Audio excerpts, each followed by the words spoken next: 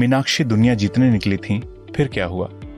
तमिलनाडु के मदुरै में स्थित मीनाक्षी मंदिर स्त्री शक्ति का प्रतीक है। मीनाक्षी खुद माता पार्वती का रूप हैं, जिनसे विवाह रचाने आए सुंदरेश्वर यानी भगवान शिव।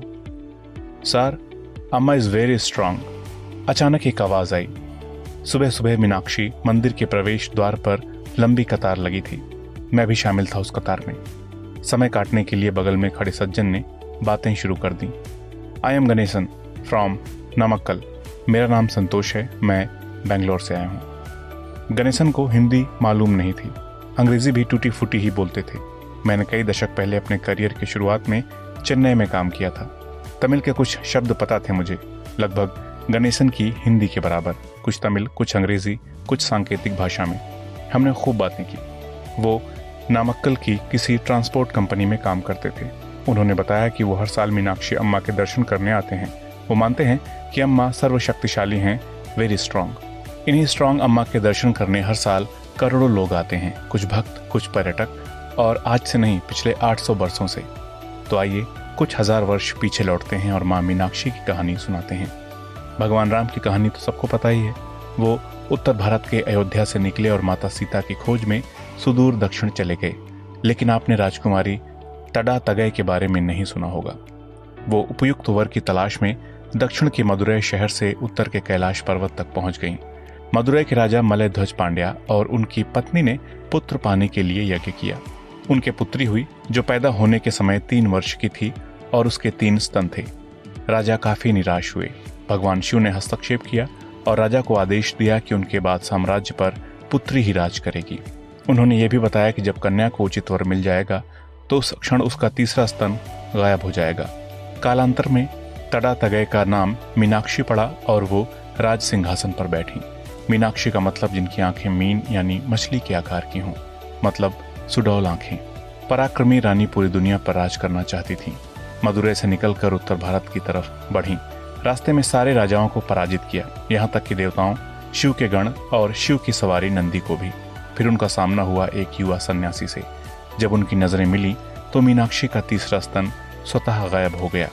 तब उन्हें समझ आया कि यही सन्यासी उनका वर बनने के उपयुक्त है। वो सन्यासी वास्तव में शिव भगवान थे और तब मीनाक्षी को भान हुआ कि वो पार्वती का रूप हैं। वो उन्हें लेकर मदुरै लौटी और उनका विवाह हुआ। इस सन्यासी रूपी शिव का नाम पड़ा सुंदरेश्वर। कितना पुराना है मीनाक्षी मंदिर का इतिहास। इसको लेकर अलग अलग कहानियां हैं। कहते हैं कि उस स्थल पर स्वयंभू शिवलिंग उत्पन्न हुए थे।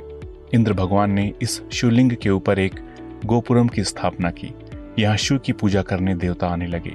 एक सामान्य नागरिक को इसका पता चला और उसने ये बात राजा कुलशेखर पंड्या को बताई। राजा ने उस स्थान पर मंदिर का निर्माण किया। ये बात लगभग 800 साल पुरानी है। 100-125 वर्ष यहाँ पूजा हुई। फिर दिल्ली सल्तनत के सुल्तान अलाउद्दीन खिलजी के सेनापति मालिक काफूर ने राज्य पर चढ़ाई की और मंदिर को भी ध्वस्त कर दिया। बाद में मदुरै के नायक राजाओं ने इस मंदिर का पुनर्निर्माण किया। वर्तमान मंदिर का ढांचा लगभग 500 वर्ष पुराना है। मेरे हिसाब से इस मंदिर की सुंदरता इसके भव्य गोपुरमों और उन पर अंकित भव्य मूर्तियों से है। कई तो ये समझ बैठते हैं कि शायद यही मंदिर हैं। ये सिर्फ प्रवेश द्वार हैं इस मंदिर के। कुल मिलाकर 14 प्रवेश द्वार। सबसे ऊंचा है दक्षिण गोपुरम, जो लगभग 16वीं मंजिल इमारत के बराबर की ऊंचाई का है। कहते हैं कि इन गोपुरमों और मंदिर समूह के परिसर में कुल 32,000 मूर्तियां अंकित हैं।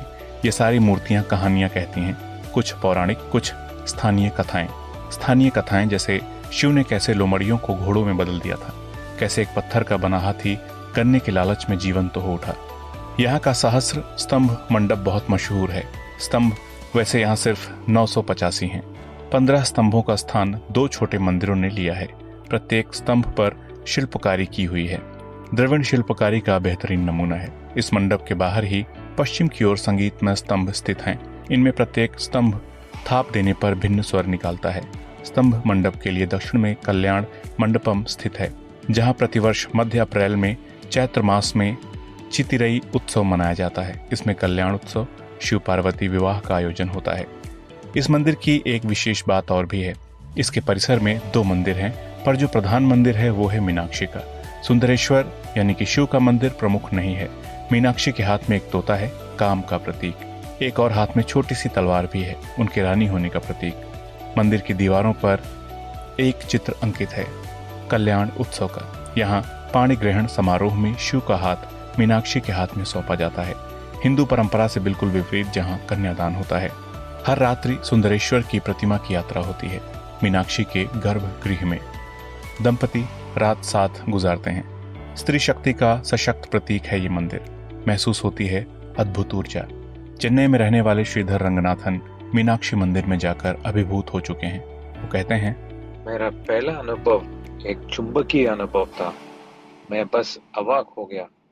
मैं अपनी आंखें नहीं हटा सका। बहुत से लोग मीनाक्षी अम्मा की कहानियां सुनकर बड़े हुए हैं। इन्हीं में से हैं मशहूर ट्रैवल ब्लॉगर लक्ष्मी शरत। वो बताती हैं कि उनकी दादी उन्हें मीनाक्षी अम्मा की कथा सुनाती थी। घर में मीनाक्षी और भगवान सुंदरेश्वर के विवाह की कई सारी पेंटिंग्स थीं। लक्ष्मी के मुताबिक वो कई बार मंदिर जा चुकी हैं और हर बार दैवीय आभा को महसूस किया। यहाँ सारी बातें उन्होंने अंग्रेजी में कही थीं। सुनिए जरा। I grew up listening to the divine stories of goddess Meenakshi from my grandmother, and the house is always filled with paintings and pictures of the divine wedding between the Amman and Lord Sundareshwar. I've been to the temple many times, and every time I can feel the divine aura.